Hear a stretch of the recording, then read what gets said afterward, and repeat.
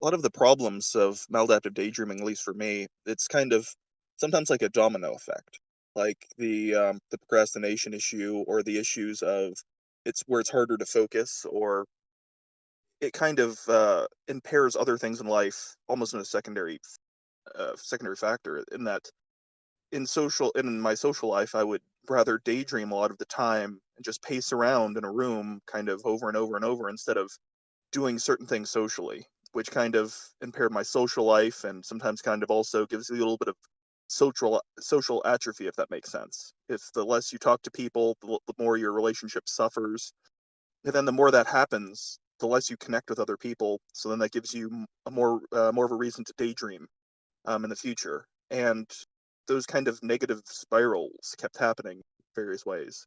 And being addicted to the daydreams, there's a lot of issues that I'm not sure would be directly from maladaptive daydreaming. For instance, we're addicted to the daydreams, a lot of us have energy issues. I know Nymph just said that they were constantly exhausted.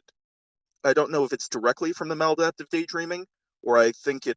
This is my personal my personal hypothesis, but I think it's tiring to be in these really vivid and imaginative daydream worlds constantly for hours a day. And sometimes it's almost as if my brain would just get tired. And for instance, chess players are sitting there for hours a day calculating, doing all of these chess moves. And many of them are completely exhausted, even though that they're young, just by imagining all these calculations. And I don't think maladaptive daydreaming is any less intense than some of these intellectual kind of games, because we're daydreaming characters, we're daydreaming ourselves in different social situations, experiencing their emotions. And that kind of fatigue and mental fatigue kind of created a brain fog, I guess.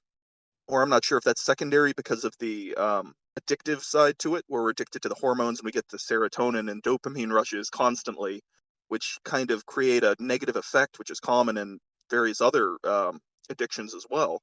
So I'm not sure when the what part of it is the maladaptive daydreaming and which parts are kind of go along with the addiction side, or just from doing it for so many hours a day. But it's just there's so many negatives, and I'm not sure where maladaptive daydreaming begins and where other comorbid disorders kind of start.